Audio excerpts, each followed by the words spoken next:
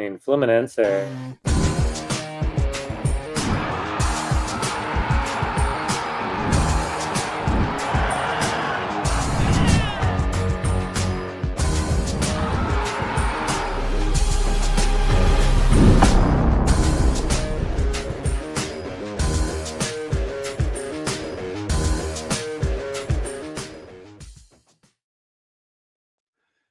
Welcome into Inside LAFC Podcast, a Monday tradition. I know if you haven't taken note of the change to the time, then you're probably not with us. But I'm sure you did, because we weren't going to go back on our regular time and go up against this historic date for LAFC. Come on in. This is a show for you. Inside LAFC Podcast, live on LAFC YouTube and LAFC Facebook. We're joined by Brian Dunseth, who called the game. Now in your hotel room after decompressing from the game. How are you doing, Dunny? I'm good, Tio. I'm good. I'm already prepping for tomorrow's game between Fluminense and Borussia Dortmund. I'm just buried, but what a performance! What a start to this tournament, and super excited to see what the response looks like from LAFC after the experience of playing against Chelsea Football Club this afternoon down at Mercedes-Benz Stadium. And from your lips, Jesse Perez, what an experience! Sure was. I hope you enjoyed that and took a moment. I mean, it was a defeat, we know, but to soak in the historical significance, something that LAFC is experiencing that so many other clubs wish they could be doing the same, and many will never get to experience. So enjoy it. And LAFC, as we will touch on here, did their club and their fans very, very proud against an elite Chelsea team that might be there at the end. We don't know. We will get to your comments. If you have any questions, if you have any concerns or complaints for Dunny, he's right there. Just put him there and I'll share it to him. Dunny was awesome. I even got a name ID on the broadcast. Chef's kiss, my friend. Yeah, you were good. We also want to we're going to be live every Monday. We'll return to our regular time. Like and subscribe. So like the video, subscribe to the LAFC YouTube or Facebook account so we can continue to provide you top tier content. Tune into Black and Gold Insider. Tune into LAFC Weekly on Fox 11 Plus. We got you covered. So everyone rolling in here, Messi LAFC, the POV of Max Bretos and Brian back at it. Good. What a game Chelsea had to struggle to win. What was the discomfort level for Chelsea, do you think? I mean, there was a couple points, and you said it. They looked a bit disjointed because LAFC wouldn't go away. Yeah. Well, I thought the one advantage that LAFC had was that virtually every player on the field knew who Chelsea was, right? They understood, because of the power of Premier League in the United States, that you had to be living under a rock not to really understand not just who these players were, but like their physical traits, their tendencies. Whereas that's kind of the complete opposite. Enzo Maresca talking publicly yesterday in his presser where he's dropping Nathan Ordaz. Like, who had Nathan Ordaz on Enzo Maresca's bingo card for Chelsea manager of who the players were to watch for LAFC? But I think there was so much of an unknown that you could see in the first 10 minutes as LAFC, and this is what I tried to convey on the broadcast, as they kind of worked into the confidence of simple possession, right? Okay, we're playing against Chelsea, overawed. We played against Messi. It's not too big of a deal. But you still want to get some really good touches. And I thought they were moving the ball around pretty well. And it was almost as if Chelsea was trying to figure out, okay, left-footed player, right-footed player. Does he like a step over? Is he really strong? Does he have pace? Like, they were trying to take all these like really quick data points because they were completely unfamiliar. So I thought that was an advantage. What we did see is Chelsea has a couple different gears, right? They can slow it down and they can build up through the back. The metronome of Moises Caicedo, he's a fantastic player. It's kind of odd because as much as we talk about Cole Palmer being, quote unquote, one of the best in his generation as a true number 10, doesn't necessarily play as a number 10. He kind of always is flaring out to that right-hand side and is looking for overloads and kind of leads these big gaps for Nicholas Jackson to operate underneath. If you ask me, is there a disappointment for LAFC of losing the game? Yeah, there's a disappointment because it's 3 points and you've lost the game. But as I say that, in the back of my mind, I'm thinking to myself, these players got to be proud because it's not, and listen, statistically and passes and numbers and all of that stuff is obviously going to benefit Chelsea because they do a phenomenal job with some of the best young players of the world of being able to move the ball around and making opponents chase and suffer. But I never felt like LAFC was in consistent moments of being stretched. Not that they were comfortable by any means, but they felt secure in their shape. They felt secure in their identity, and they really forced Chelsea to move them around, if that makes sense. Chelsea was good at simple possession, but one of the reasons why they were good in simple possession, because LAFC was doing a great job with their back four of minimizing the threat up and over the top. And how many aimless balls did we see to Madueke, to Pedro Neto, because they were trying to find solutions. And it wasn't really until you saw that dip out from Cole Palmer that created so much space for Nicholas Jackson to try to dip into the midfield and overload numbers. Even Cucurella was sliding in from his left back position to try to give them 5-6 players in the midfield. So combative. I think they had the right mentality. And unfortunately, I know we'll get to this. This is a game about moments. And when you give up that first goal, at least they didn't give up the second goal like we saw against the Seattle Sounders before the halftime break. And LAFC certainly created enough chances, stifled by Robert Sanchez, and maybe more importantly, missing chances to at least test the goalkeeper to give him opportunities. So at the end of the day, disappointed that they didn't win. But as I said during the broadcast, Max, I think there's so many bullet points that this team can kind of rally around to take into the next game against Esperance, and more importantly, the final game against Flamengo. And I see some people agreeing about the moments. And Ruben, who we'll talk about Nathan Ordaz here in a moment, he said this game does come down to those two moments. And LAFC had those moments. That Bouanga chance, you said, the Ryan Halling said. And we talked about the David Martinez where he skins Cucurella. Cucurella is about to fall over. And he's in, and then he tries to bang. I don't know what. But that's a young player. Right foot let him down. Yeah, right foot let him down. I mean, he beat Cucurella so badly that he could have stopped and picked the player. But I know it doesn't work that way. But that was just an amazing play. I think it was 4 really good. They had 4 shots on target. That was a very good chance. And as we'll touch on, Chelsea's going to be probably the toughest team they play. This could be a Chelsea team that makes a very, very deep run. They're talented. They're young, and they're hungry. And I just want to, again, leave your comments here, any concerns, questions. You know the drill. And make sure you like and subscribe here on LAFC YouTube and LAFC Facebook. Hit the thumb and subscribe to the channel. A quick start about Chelsea. And yeah, they are a big draw, but this is the first Club World Cup game. People are waiting to poke fingers at it and the attendance, because of the first game in Miami. It was so much under the microscope, and they ended up getting a decent crowd. There's another game, Miami, happening now. It's got a decent crowd.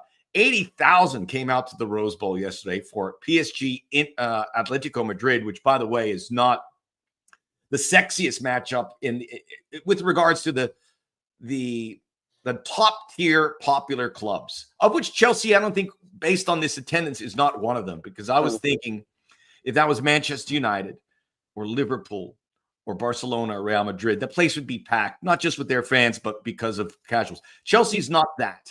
Do you think, Max, that might have to do with so much uncertainty surrounding who their opponent would be? Because Luke and I, when we were kind of getting ready for the game, we saw a couple Club Leon fans that were in the stadium representing and had their flags out. They had their tickets already. Yeah, and I just wonder if the momentum of them trying to buy their tickets, maybe divest of their tickets. And by the way, 3252, the traveling support once again from LAFC, extraordinary. You could feel the atmosphere. They were so loud, proud, representing obviously the pillars in the community and the relationship that LAFC has. This kind of legacy moment with the fan base is pretty incredible. And the one thing that I tried to convey is you and I on the broadcast in that $10 million match 2 weeks ago against Club America, we I think justifiably and rightfully so, bringing up the fact that, hey, you got a club that's been on the field for 8 years. And a spend that's 4 times in favor of Club America. I mean, just think about what it looks like for Chelsea. The drastic measures and the distance between the two. By the way, I wrote down Liam Delap, 35 million. Estevao, 34 million. Asungu, who came in the midfield and replaced Caicedo, 22 million. Sarr didn't step on the field, 14 million. Kendry Paez, 10 million. He was there. He's going to be pushed on loan to Salzburg. They're getting Quinda, who at one point was called the best prospect coming out of South America by many. Yeah, I mean, he's Independiente de Valle. I mean, the number 10, he's extraordinarily talented. Denner, the young dynamic attacker as well, 10 million. I mean, and they're getting Estevao, who's still playing with Palmeiras. He was man of the match last night. By the way, he was man of the match against Porto. They've got Penders. They brought in, oh my gosh, what's the young player's name? Tyreek George, the 19-year-old. He was good. So like when we go bigger picture, and the commissioner Don Garber was over at the studio beforehand for an interview on set. I just think it's important to recognize in moments like this, when the construct and the change of what this looks like from FIFA Club World Cup, the way it used to be, and you and I used to cover it for Fox Soccer Channel back in the day all the time. You'd get teams like Auckland City play, say, an Al Ahly or an Esperance, and they get smashed and they'd be out. It wasn't like a 10-0 win for Bayern Munich. But I think the beauty in the switch to this is now you're allowing a team like LAFC to understand the moment with the most difficult team in the group to say, okay, these are the non-negotiables. These are the expectations. And by the way, even games like this in this tournament, don't think and don't mistake for a second that this isn't going to benefit this group of players going back to Major League Soccer. It's effectively like going to a World Cup, representing your national team, and then bringing all these intangibles that you learn back into your club form. And that's everything down to like rest, recuperation, recovery, strength and conditioning, nutrition. But it's also like raising the level of training habits and thinking about non-negotiables of, okay, here's the because I would assume all these kids like a David Martinez or even an Igor Jesus or even a guy like Mark Delgado, they turn to Hugo Lloris, they turn to Olivier Giroud and say, all right, boys, you've been there. What do we got to expect? And even when they verbalize it the correct way, all the players in LAFC in this locker room are going to be like, oh, cool, okay. But then you got to apply it because now you understand what it means. And it's a great opportunity to apply it for both Esperance and Flamengo for these next two match days. I think it's a great point that you make. And I just, remind everyone, it's not a level playing field. It's not now. Maybe it will. Chelsea were better at all 11 positions. They have a better player as calibrated by the World Scouting Network. This guy will do that, by the way. $2 billion. $2 billion will do that, by the way. That'll do it. I mean, even do it. Denny Bouanga, who you could argue is the most valuable player in Major League Soccer, he's running against a right back who shuts down the elite Premier League wingers time and time again. And he shut down Denny in that first half too. It's just the way it is. Otherwise, our players would be there. I think what you said about if LAFC loses 3 games and go home, they still benefit from this because I thought one thing about playing that Chelsea that they have to say to themselves, all right, I can't hold this ball on for a second and a half. I have a second. Yeah, and I gotta pass it. Or I gotta react that much quicker. It's just like all those training tests you do to get quicker and faster and more adept. You get to do it you get the best possible scenario to learn that against a team like this. Well, again, I think the youth of them makes them, and the bench to me really changed it too. I mean, just to pull Enzo Fernandez and Liam Delap and George and some other guys was amazing. Yeah. A quick look at the questions or some of the comments. Jargus says hi, so good to see you. Ruben's going to be at the game in Nashville. A lot of people are hoping they could have moved that game against Esperance to LA. Obviously, they can't, but it's okay. Prince on Facebook going, remove roster restrictions, then you can begin to compete at the higher level. And then he mentioned Don Garber. And I get that. But to me, Dunny, you can touch on this as well. Even if they removed all roster restrictions and a salary cap, LAFC is not going to go out and spend $100 million. They're not.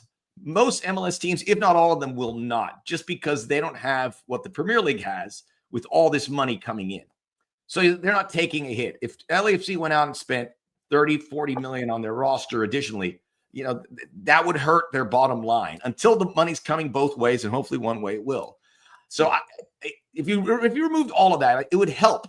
But I think some people think that all of a sudden we'd be on the same playing field. We won't be, not anytime soon, but maybe at some point.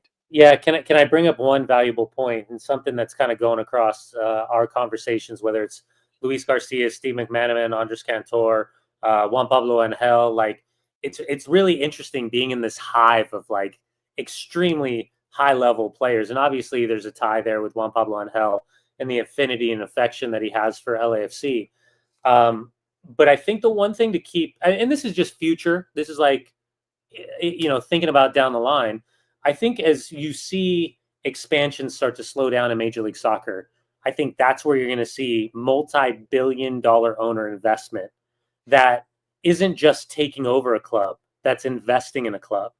And I know, for example, you see it in Salt Lake where they've had, a rotation of 3 different owners in the last 3 years, but all 3 effectively being multi-billion-dollar investors in the game. I think it's just a part of that future. And, the byproduct of having Jorge Mas and David Beckham and everything that's happening at Inter Miami is that they're constantly pushing the threshold of the potential for spending above and beyond. But in moments like this today, I still think the one thing that it's a byproduct of the opportunity of, the $10 million game against Club America, and unfortunately the loss here today against Chelsea. They didn't do themselves a disservice. And more importantly, they've put themselves now on the international stage. Imagine how many Chelsea fans around the world tuned into this match and now have a newfound respect. And maybe they're looking for another team. Maybe LAFC now can be a part of their fandom that's not a Premier League team.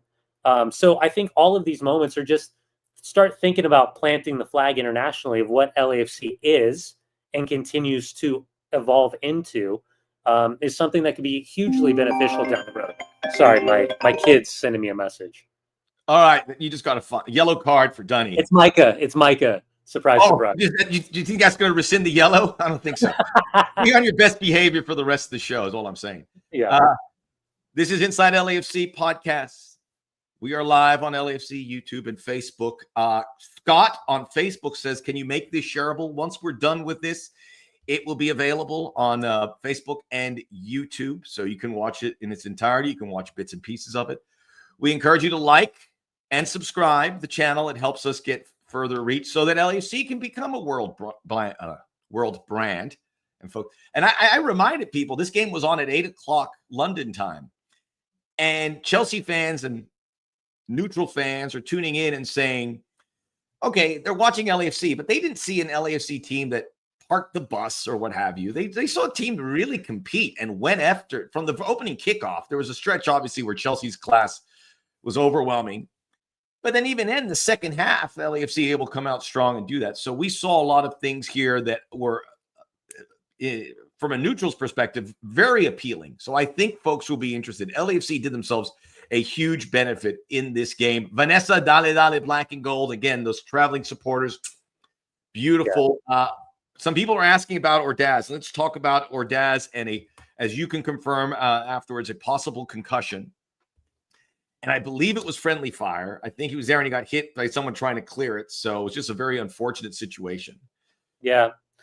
Unfortunately, Max, we were going to replay, and it was a wipe on the world feed that I saw something happen, just a quick flash. And it was a challenge.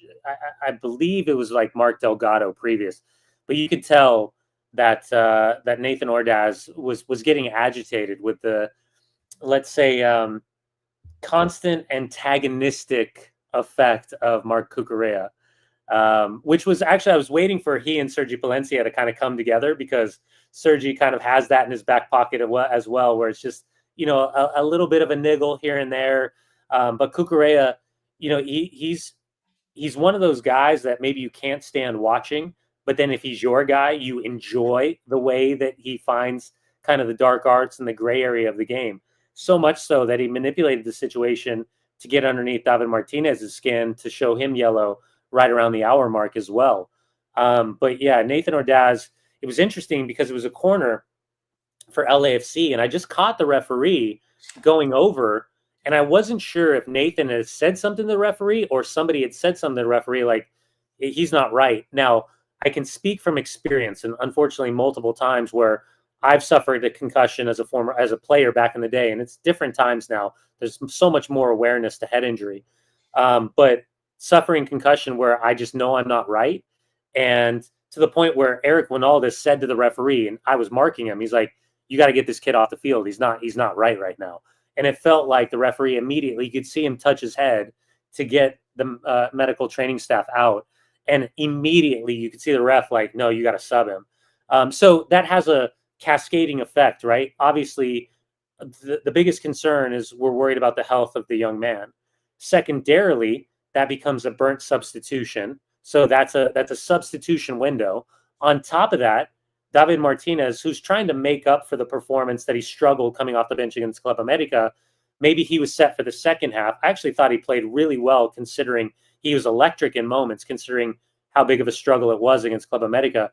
But then I think the cascading effect has to do with maybe Olivier Giroud comes in at halftime, so they don't have to burn another window. Steve, Ante, Mark start thinking about down the line. Then that's 2 less players that they can maybe introduce at the 60th minute mark. So all of a sudden, the idea of, the construction of this game, theoretically in your mind, kind of gets hampered early, because 2 of maybe your 4 with Frankie Amaya and Yaya Boa are then not there for the final 30 minutes or so of a match, where you really expect them to be, kind of impact players. Yeah, Nathan Ordaz, I had a chance to see him on the media send-off, and I go, hey, Nate, I knew what his answer was going to be. I go, you're not going to get to go to El Salvador. Would you have preferred to go to the Club World Cup? He goes, absolutely. This was always priority 1. I wanted to go. So we can't take a guess at what it means, but generally, if there's any head trauma, it's going to be a while. So in all likelihood, I would imagine Nathan Ordaz's Club World Cup is probably in peril. They'll be concerned. And by the way, not having Del Rosen available. Yes, and they were, this is the whole thing. People go, hey, get these players into your roster, because it doesn't work that way. You can get a guy in, you still have to go by the frustration, right? We were debating this in the studio of like how frustrated LAFC has to be, because Del Rosen is able to come off the bench for Club America. So obviously he's been given entry to the United States, but the transfer then changes the status, which means you've got to go through work permit. So frustrating. Yeah. And what's even more frustrating is Boca Juniors had a player that previously had something in his past be flagged. So he wasn't allowed entry into the United States. And then they were capable of fast tracking it. He gets on the plane. He's with the team. They're actually playing now against Benfica. And then LAFC's down a guy who could absolutely help change what the complexion of the game looks like in the second half, specific to being down 1-0 at the time. Jesse saying about Nathan went up to the ref before the corner kick. I hope that he did for a player, because that's a breakthrough moment. If a player can acknowledge the injury and say, hey, I'm not well. But I don't know. We'll have to see it. And you mentioned earlier Enzo Maresca mentioning Nathan Ordaz before that. And what a great moment. That means that, Enzo Maresca, because he could have easily said, oh, we know about Giroud, we know about Bouanga. He watched the tapes. I remember this just shows you how far MLS has come. Fabio Capello was the manager of Real Madrid, and they played the LA Galaxy. And there was a press conference, and I asked Fabio, Maestro, whatever. I go, what a Galaxy players are you looking at or concern you? And he's like, the number 10. I go, oh, it was like Landon Donovan. I go, anyone else? And he goes, I don't know any of these guys. Come on. You didn't say it like that. He goes, I don't know. I didn't watch it. It's a friendly, whatever. That's amazing. George mentioning about that I'm out of touch because the attendance was low because the price of tickets. Yes, but they lowered the price of tickets. Yeah, it's flex price. Every other venue has been packed. I'm not letting FIFA off the hook here. But by and large, the flaws of the Club World Cup have been masked over because they've been flexible with that. It's just, if it was, Chelsea just aren't that draw. And Dunny made a good point. This game late in the day with your opponent is going to affect it. And LAFC are not going to be traveling with 10,000 fans. They got a couple hundred folks, which is great. Yeah, Matt, by the way, just so you know, the numbers heading into the day with Hard Rock on Saturday night with Inter Miami Al Ahly. Yesterday, I was fortunate enough to do PSG Atletico Madrid, the game you referenced. Average attendance has been 55,000 plus. So today, the one thing we all kind of knew the challenges were going to be was an afternoon kickoff with traffic during a work week. And these are going to be the weekend games. I have a feeling are going to completely sell out. Night games, so much easier. But I think there was obvious concern with going up against what the Gold Cup scheduling looked like, I think, with respect to CONCACAF. Yeah, and this is not even the round of 16. These are games that we're going to be seeing more interest when the heavy hitters. And I mean, I'm just saying, this was a daytime game, so there's a lot of reason but you're right. The flex ticket pricing, it's like when you're trying to buy a flight overseas. If you try to get the first one available, they're they're going to sucker punch you. But as you know, the availability continues to be there. We've seen prices come down significant. Listen, I think it's a battle point and it's a battle cry for a lot of people. Those that want to see it fail, going to see it fail. It's a similar conversation with U.S. soccer, with what we saw up in San Jose at PayPal Park. If you create the right ticket pricing for fans to be able to show up and not drop $1,000 with, food, beverage, and parking, people are going to be there. But it also, to your point, is going to be that cultural experience of being able to fall in line and follow your team. When Mexico plays in the United States, Mexico fans are going to fill that stadium. So there's a cultural dynamic that comes along with this as well. Yes. So I love it. I love yesterday tuning into these games. I literally watched it all day. Yeah. All day from I was exhausted out here. Yeah. At the Rose Bowl to Sounders and Botafogo at the end. Anyway, it is what it is. Chomana asked, is Nathan Ordaz okay? We don't have any other information. We will find out probably some more by the beginning of tomorrow. George, I love that you tuned in, and I'm really happy here. But I don't think we said Tyreek George was bought. We said he came in off the bench. We mentioned him as off the bench. But hey, we appreciate you here. And by the way, I said this during the broadcast. Imagine an English Academy player, 19 years of age, with the amount of money that Chelsea's playing. Maybe they're putting him in the shop window because obviously they can take all that money and put it towards the accounts. But also for Chelsea, one of the things that we were having a conversation is because of the $100+ million that's available, that could go a long way to offsetting some of the accounts issues that they have financially. Sir Crispy, I was waiting for your greeting. This is Inside LAFC podcast. Dunny's going to get his second yellow card if he's not careful. We are live on LAFC YouTube and LAFC Facebook. Like the page, subscribe to our accounts as well. Let's talk about A Tale of Two Halves by Charles Dickens. No, that was a different tale. Tale of Two Halves. What happened in the second half? LAFC defensively were great in the first half. They were really good in the second half. Their attention to detail, their teamwork defending. Offensively, kind of non-existent in the first. Didn't get set pieces. Second half, a different story. What do you think we can lean that up for? Well, I think whatever the conversation was, and obviously we don't have the insight with Steve and his staff of how to tighten the screws and the things that they were seeing on the bench. If we're being homerish, we're saying LAFC just figured it out. But I don't think that's fair because Reece James. I think there's some of it to that. They figured it out. No, 100%. But I also think, like Reece James coming off, Malo Gusto is a completely different player. Not that it's a significant drop off, but it's enough of a drop off that Denny Bouanga had better chances and more opportunities. I was trying to say during the broadcast, like there's this weird dynamic that's at play when you're up 1-0. Obviously, you want the second goal, but you want to feel like you're in control of the match. And Chelsea, it was interesting. Luke brought up a point. And he was saying Enzo Maresca referenced Chelsea being the team that has to take the game to other teams when they step on the field. And my point was, outside of the top 6 in the Premier League, there's not a lot of teams they've come up against this year where they've been, quote unquote, the underdog. And maybe Conference League taught this young group of players that were trying to build off Pochettino's finish last year and learning with Enzo Maresca, that they were bloodied and they were battled by going into Conference League. And whether it was home or on the road, they were always expected to win.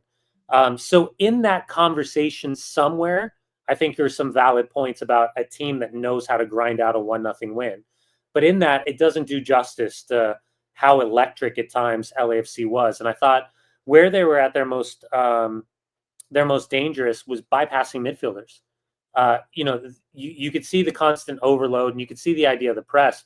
And I thought LAFC, specific to the back line in the midfield, were better at recognizing moments where they could play through lines and they could play up and over the top and be more dynamic. And even in the shadows, passing into lanes with curling balls, you saw David Martinez get in more often than not. You saw Denny start to have some really important challenges and moments.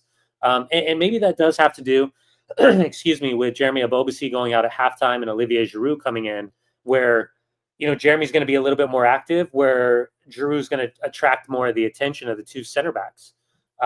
So I think there's a couple bullet points in there, but at the end of the day, I think it comes down to moments.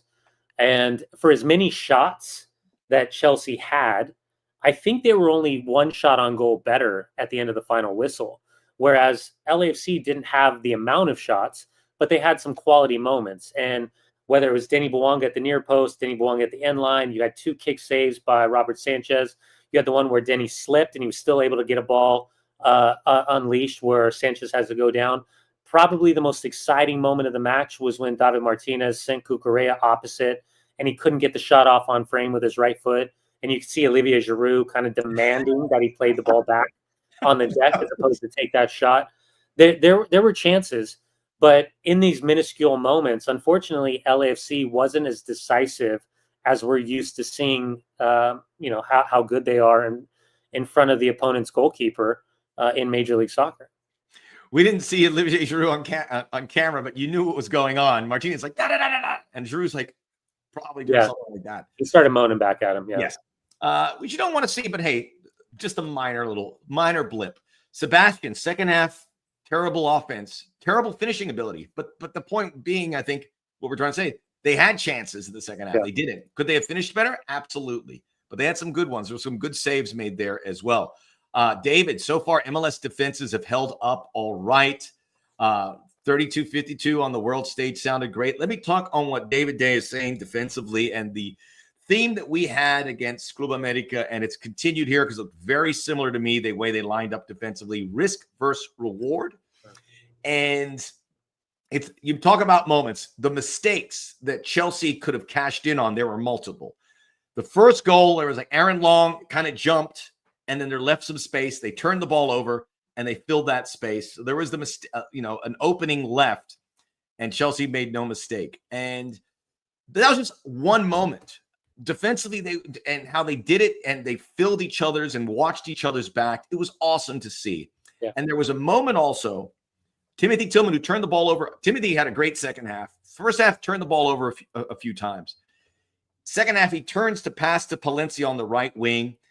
I guess he saw that the space was too thin, so he turned to the midfield. And Palencia applauded the move because he must have he thought, don't make that pass. It's too risky. Let's play it safe, play the ball flat. And that was just telling, because this is something that has benefited them in both these games. It's going to have to. They can win games in this tournament if they can limit mistakes, which they did, certainly against America and certainly against Chelsea. Yeah, listen, I think all those data points are really important to put in the back pocket because for this group to have an opportunity to get through after Esperance and Flamengo, they're going to have to be as near to perfect as possible. And again, think about this. This is the first loss since the 3-1 loss on the road in the second leg of CONCACAF Champions Cup at Inter Miami. So in terms of confidence and run of form, I mean, as I say that, that's also a Chelsea team that lost just 3 games in their final 20 matches. They were really good. Good point. And that's qualifying for Champions League, and that's beating Real Betis 4-1 in a Conference League final. So in the heat of the moment and the passion of the disappointment of losing, I think there were enough positive things to say that LAFC, while they need to get better, there is a unique balance of risk and reward, and pushing Chelsea to the threshold of having to make some, and I was trying to say this with like 15 minutes remaining, the risk and reward was more about Chelsea because LAFC had to push forward. They had to chase the game. So how much did Chelsea want to get that second goal versus how much did they want to keep the score 1-0 and not allow LAFC?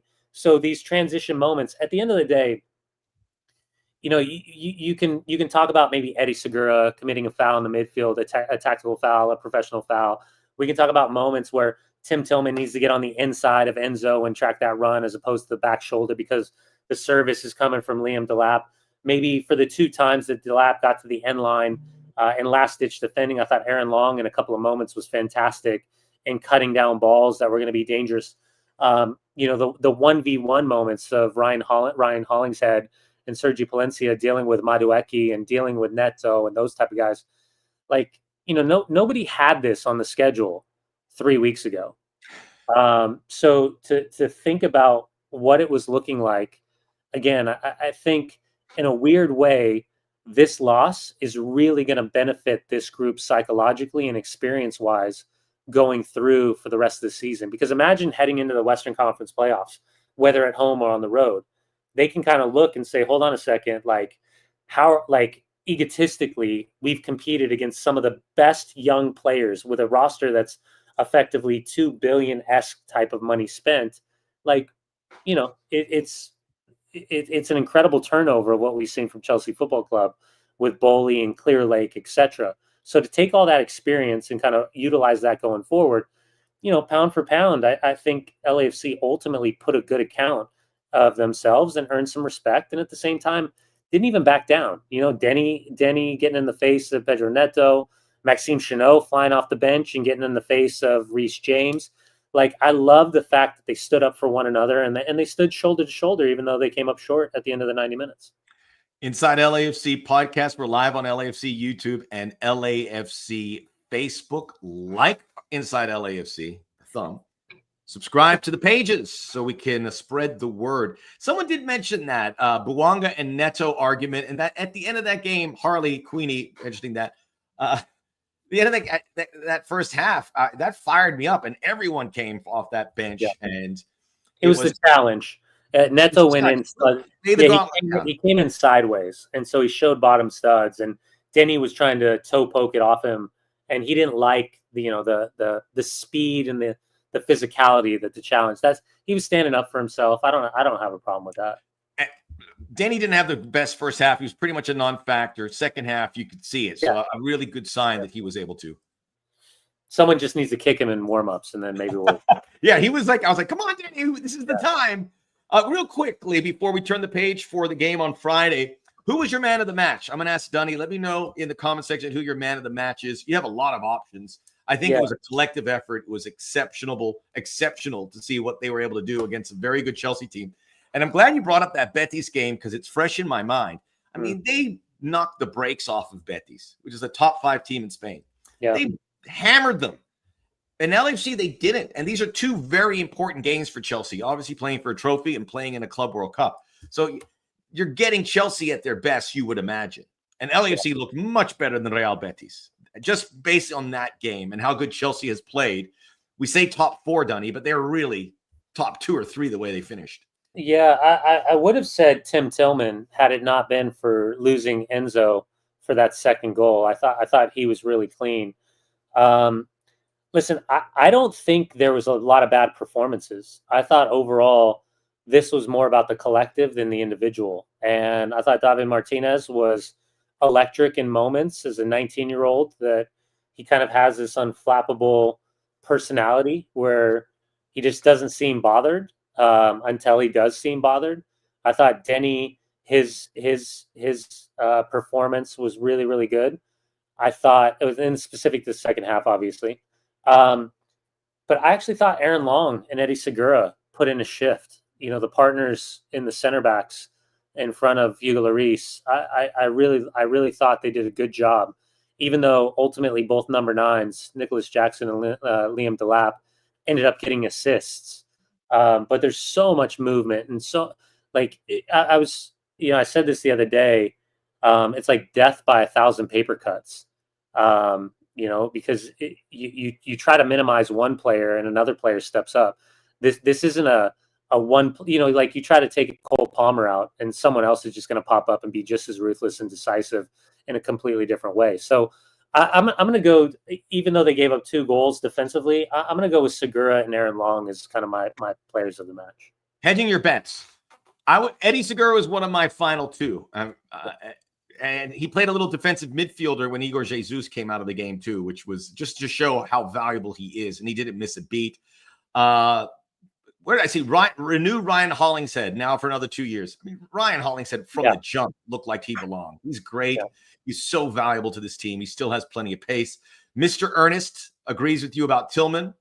You did change your pick, but you did give Tillman his due. If he wouldn't have been responsible of being on the wrong side for the run for Enzo, if he would have been goal side, that goal doesn't happen. It's still 1-0. They probably still lose 1-0. But that was like the one thing. He just got caught tracking. He was exhausted, but yeah, I thought he was really solid. Yeah, and goal differential might come into play here. Yeah. David Martinez was electric. And listen, the way David played in America where he just wasn't engaged, I was afraid we were going to get that again. He was completely alert and ready to go in this game. Ordaz is doing well. Brandon asks, we don't know yet. We hope to pass on some good news here. We'll let you know as soon as we know. Someone mentioned, Ruben mentioned that LAFC just posted the 3252 chanting our players with praise for their efforts as they left the pitch. Check that out on LAFC Instagram when we're done here. And a lot of people agree with my man of the match. Jesse Palencia Loris. Hugo Loris made that big save in the first half and was solid. Yeah. Yep. Who knows if that goes in, what happens? Jennifer Palencia. Palencia's mine. Just verbally, like I said, what he did. You said on the broadcast he couldn't get as forward as he'd like, which to me told me how he sensed this game going, I got to help the back line. And he did. He got physical. He went at Cucurella. I like Palencia. He looked like when I ended this game, I could almost envision Palencia in a Chelsea shirt, the way he played. He looks like he could be a really fullback. And I mean this in the most respectful way possible. He is kind of LAFC's version of Cucurella. You know, he's antagonistic. He's similar to what he did against Club America. He'll get under the skin. He'll give a little kick, a little knock, a little scrape, a little tug, a little pinch, whatever. And he's one of those guys that, you know, you hate playing against, but you have this crazy respect for because he knows how to be just a pain in the ass. And I mean that in the most complimentary way. Listen, if I was watching this Club World Cup and I'm in Spain or something, I would have written down Sergi Palencia's name and give LAFC a call. He's 29. He's not young, but man, you get 2 years out of him if you're a top club. I'm not telling for Sergi to go. He's happy in Los Angeles. Yeah. But I'm just saying he just stood out. Yeah, okay. I think also, and by the way, really quickly, I think there's a respect for the way that LAFC played against Chelsea. And I think that we're going to be surprised somewhere down the line in the next 12 to 24 months when you see some of these incoming players, maybe years from now, where somebody says, hey, by the way, that 2025 Club World Cup, I watched you guys play against Chelsea. Like, I really liked what you were doing. Maybe that comes down the road 4 or 5 years now where some kid coming out of an academy somewhere in Europe was like, at this stage, this is something that I really want to be a part of because I really liked how you presented yourself at this tournament.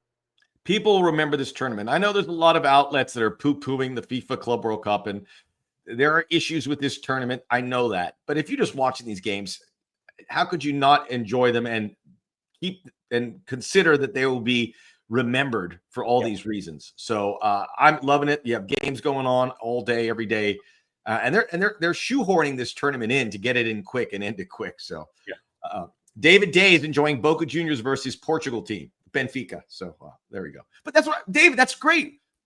Someone who's learning more about the game and using this as a launching pad. So good stuff. Kai Kamara was on the broadcast. We had LAFC. We have Dunny. We were very well represented. So very good. Let's talk about the next game on Friday. And speaking of watching these games, our opponent will be playing later tonight. Esperance of Tunis in Tunisia is playing Flamengo. That'll be at 6 o'clock. So here in a little, go to DAZN. They're streaming these games for free. Just get the DAZN app and you can get all the games. It's awesome. And watch that game so we can all do some scouting about Tunis. They were not and by the way, that game is going to be off the hook. It's in Philadelphia. Tons of Flamengo fans. And there's video of the Tunis fans, while not in big numbers, very well represented. Yeah. So that is going to be fun. But we don't know anything about Tunis. I'm not going to pretend I know anything. But we know out of the African teams, they didn't win anything. They were third. They qualified because of this metric. Yeah, their coefficient. Yeah. Coefficient, which could be a bunch of mumbo jumbo. I don't know. They didn't win anything. Come on, Theo. Yeah. Well, Boca Juniors is beating Benfica. They shouldn't be in there either. They got the coefficient. But anyway, this is a game now that LAFC, if they win, thanks to they didn't get the doors blown off against Chelsea, are in good shape, regardless of what happens against Flamengo and Tunis tonight. This is the thing. And you have played in the Olympics. You know the group stages. And how much did LAFC, because it's 4 days away, invest in this game, and how much is that first effort, and the impossibility to dip, because Tunis, even though they're not Chelsea by any metric, Yeah. if you don't have a good game, they can beat you. They're here for a reason, even though it's a coefficient. But this is, I mean, I think they should win, but LAFC, if they play badly, they won't. I think that is, they've got to bring it somewhat close to the Chelsea effort. Yeah, listen, I know they're not as strong as Al Ahly, the Egyptian side is and continues to be coming out of CAF in Africa. But the one thing that you have to pay attention to is with these unknowns, Esperance is going to be similar well, I'll flip-flop it. What LAFC knew about Chelsea, it's going to be the opposite, a complete unknown. So the opportunity to scout this game is going to be vitally important. I am of the belief in a tournament format that there's always going to be one or two teams, and especially in this expanded format, that a team will lose their first game and win their next two, or somehow get a win, get a draw, and then have the goal differential be the deciding factor. I think the brilliance in this is that now the tone has been set and they understand what it's going to take to compete in this tournament. I'm talking about LAFC and the game against Chelsea. You go in and you play Esperance in this next game, you walk away with 3 points. Now you're facing a Flamengo team that's coming off a game against Chelsea and trying to understand and see what that looks like. So I think there's a lot of benefits to the way this is played out. And I tried to convey that during the broadcast. But again, everything's a well-lit plan until you get punched in the face. And so now LAFC has been punched in the face. I'm really excited to see the mentality because there's without a shadow of a doubt, this team is fully capable of competing. And they had the same style, the same substance, the same identity, the same grit and determination that we always see from an LAFC team. And now it's about the application in a couple of days' time. And by the way, the benefit of being mid-season versus the end of your season, I think could be a really fascinating discussion with the way that this tournament has been changed and adjusted, and then being in this group format. So I do think the benefit falls back into the favor because LAFC is used to the short recovery and not with a ton of travel. From Atlanta to Nashville, it's 45 minutes. And then they'll feel comfortable heading down to Orlando, which will be a heavily favored from a fan experience with Flamengo fans showing up. 30. By the way, again, 32-52. It was incredible to see the reaction, the support, the sound. It was coming through the broadcast clear as day. So as always, LAFC, so much respect for the way that this group travels. Excellent. I'm confident. Like they can lock things down. They're based in Macon, Georgia, so they're getting used to the southeast heat. The 3 p.m. Friday is going to be hot, so it's going to be a handful. But LAFC, all the other data suggests they have a shot. If they win this game, they're in business, and we get to look forward to it, which is very exciting as well. We're wrapping things up. Underwood Jemima, the match was fun. And thanks to Luke Wildman and Brian Dunseth, who gave it stakes. I texted him after, great broadcast, especially when you have an empty stadium and you have a weird surface. They did very well. Alistair Reed, you really try to keep it up. I think that was directed to Dunny after he got his yellow card earlier in the show. So I love Sergi so much. Look, Sergi's the man. Denis was a ghost. Well, he came to life in the second half. Not in the second half. He was a real factor, asking a lot of questions. Enjoy the games. Someone asked if we'll be doing a post-game Friday. I will not be able to. I have a mini vacay, but we'll be back Monday to recap, and maybe we'll have a post-game moving forward. All right, we'll see. But I hope you enjoyed this. Craig joining us late. He's probably going to bed in Scotland somewhere, so we appreciate the comment. Dunny, we'll see you soon. Enjoy the rest. Check out Dunny. What happens Friday? Real quick. We win, lose, draw? Yeah, it's my hope. I think if you can get the 3 points and make up the goal differential, you put yourself in a great spot for that final match against Flamengo. Dunny locking down. He's predicting a win, in other words. Yeah. Good stuff. Get your sleep. Get your sleep. Get squeezing a nap. We'll join you. Thanks for joining us on Inside LAFC Podcast, live on LAFC YouTube and Facebook. Don't forget to like and subscribe, and we'll see you very soon.